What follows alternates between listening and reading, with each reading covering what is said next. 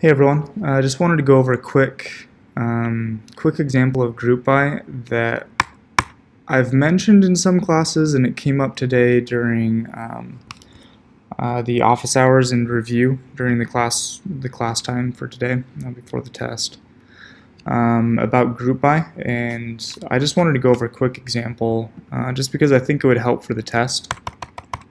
So.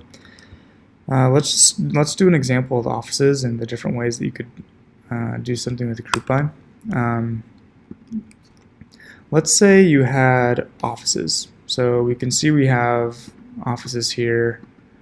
And let's say we wanted to do something where we could join different ones together. So let's say we did select star from offices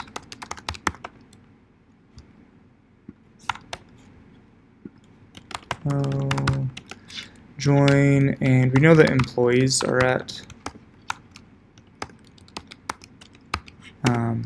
linked to offices. We can even look at our data model if you forget that. That in a specific office there can be multiple employees there, and the office code is what joins them together there. So if we have on e.office code equals o.office code. Let's say we had something like that, but we wanted to know the number of employees at each office. So let's say we did office code, comma, let's see what we have in offices. We have, it looks like each office is in a different city, so we included the city. And then we want a count of the, we could just do a count star, but I'll just do an e.employee number. So we want a group, and then we want a count of each employee that's in, count the number of employees in each office. Group by o.office code, and that appears in both, so let's put an O there. So we can see here we have the city and the number of employees that appear in each one of those offices. And what we talked about is that when you use the primary key, you have access to any of the attributes of that group. In this case, we're grouping by offices. So then if we wanted to include the phone, for example, that is an attribute of that group of offices. So we could include that, and that would work. We can gain access to, oh, I forgot a comma. Okay. We have the phone number because it's an attribute of that specific office. But if we were to try to include something that isn't an attribute of the group, like an employee's last name, that doesn't belong to a specific office. So if we last name, like if we tried to do that, oh, it's just last name, not employee last name. That would not work. It says expression number 5 in select list isn't going to work here. So hopefully that's clear. The question that came up is if we should just always group by the primary key.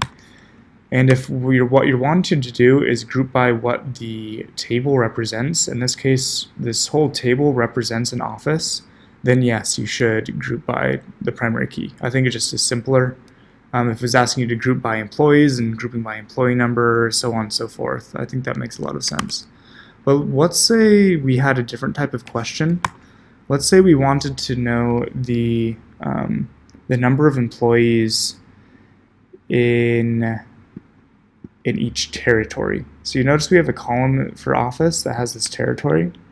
And sometimes the territory is the same, like North America right here. That includes these 3 offices right here.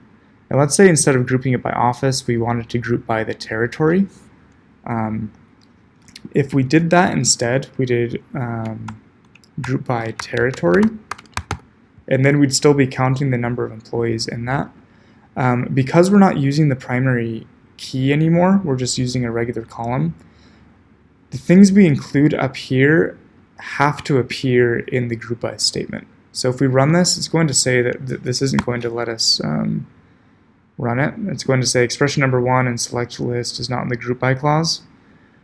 Because territory, you can see for one specific territory, NA, there's a few different office codes. So because we're grouping by that, really the only attribute of the group is territory, and every other attribute in this table and any other table we join it to is no longer an attribute of the group. It's an attribute of a specific row. And you can tell because that row changes values depending on what we've grouped by. So we have to get rid of all this stuff, and the only thing we can include is territory. We can do an example there. And here now we're grouping by territory, and we get a count of those. And you can actually group by a few. If you wanted to group by territory, and then within that territory you wanted to group by country, let's say.